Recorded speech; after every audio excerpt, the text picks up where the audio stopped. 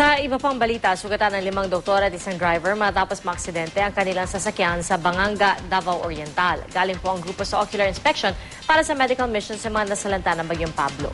Balita hatid ni Salime Recta.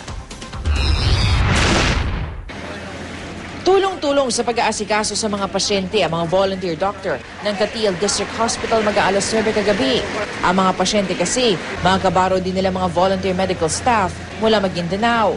Sugatan ng 5 doktor at ang kanilang driver matapos maaksidente sa barangay Lambahon sa bayan ng Baganga pasado alas 5 ng hapon. We were on our way to Baganga para tingnan namin naman kung saan kami pwedeng pumwesto. Mayroon nakaharang doon na parang coconut tree na yung natumba. And then hindi perfect yung pagkakatagilid. And then siguro dahil na rin sa movement ng vehicles, biglang sumemplang na ganon. And then natapik ngayon ng gulong ng sasakyan.